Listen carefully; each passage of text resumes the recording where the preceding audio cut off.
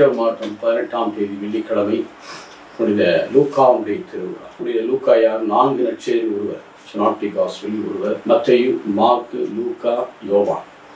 3 உத்தமை நற்செய்தி ஏறத்தாழ ஒன்றாக இருக்கும். யோவான் நற்செய்தி அது ஸ்பிரிச்சுவல் காஸ்பல், ஆன்மீக நற்செய்தியாக இருக்கிறார். மத்தேயு ஆண்டவருடைய அப்போஸ்தலராக இருக்கிறார். மார்க்கும் பிளஸ் லூக்காவும் பவுலோடு பணிமணி புரிகிறார்கள். ஆதித்தில் அவை பணிமணி புரிகிறார். யோவான் இயேசுவோடு இருந்த சீடர், அவருடைய மார்பிலை சாய்ந்தவர், அவை அவர் நேரடியாக கண்டவர். லூக்கா உண்மையிலே செய்தியெல்லாம் கேட்டு கடவுளால் தூண்டப்பட்டு எழுதப்பட்டவர்.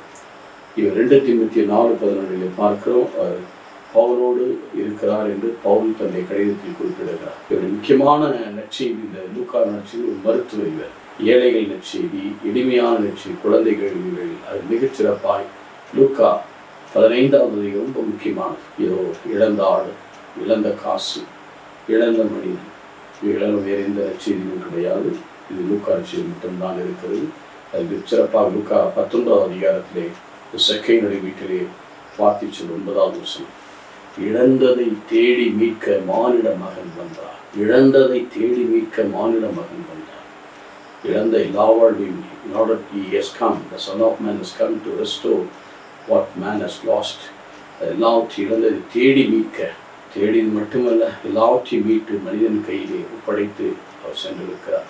உண்மையிலே இந்த நற்செய்தி வழியாய் நம் ஆண்டவருடைய மீட்பையும் வாழ்வையும் பெற நாம் அழைக்கப்படுகிறோம். அவரை அழைத்து எப்படி ஆண்டவருடைய பணியை செய்தாலும் நாமும் கூட ஆண்டவருடைய நற்செய்தியை நம் உள்ளத்தில் ஏற்று, எப்படி 2 தீமோத்தேயு 3:16 ஒவ்வொரு இறைவார்த்தையும் பரிசுத்த ஆவியால் தூண்டப்பட்டு எழுதப்பட்டது போல நம்முடைய வாழ்வும் இறைவனுக்குள் நிறைவுள்ளதாய் இருக்க நம்மை நாம் முழுமையாய் ஒப்புக் கொடுப்போமா?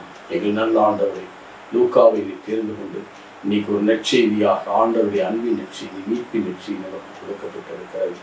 அதே போல இன்றைக்கு நாங்களும் ஆண்டவரை பெற்று அவருடைய நற்செய்தியால் திகழ எங்களை ஆசீர்வதியும் நல்ல தகப்பனே.